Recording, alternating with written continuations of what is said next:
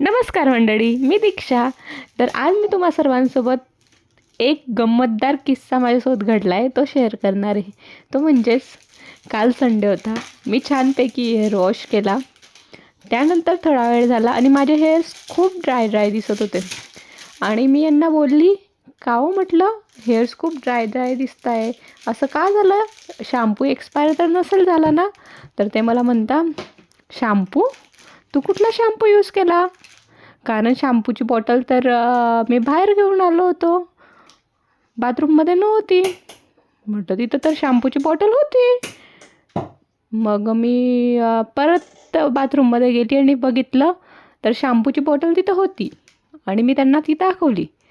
त्यानंतर ते मला म्हणता, अरे पागल, यात मी हँडवॉश भरलेला आहे, तू हँडवॉशने हेअर वॉश केले म्हणूनच तुझे हेअर्स ड्राय झाले. तर असं झालं.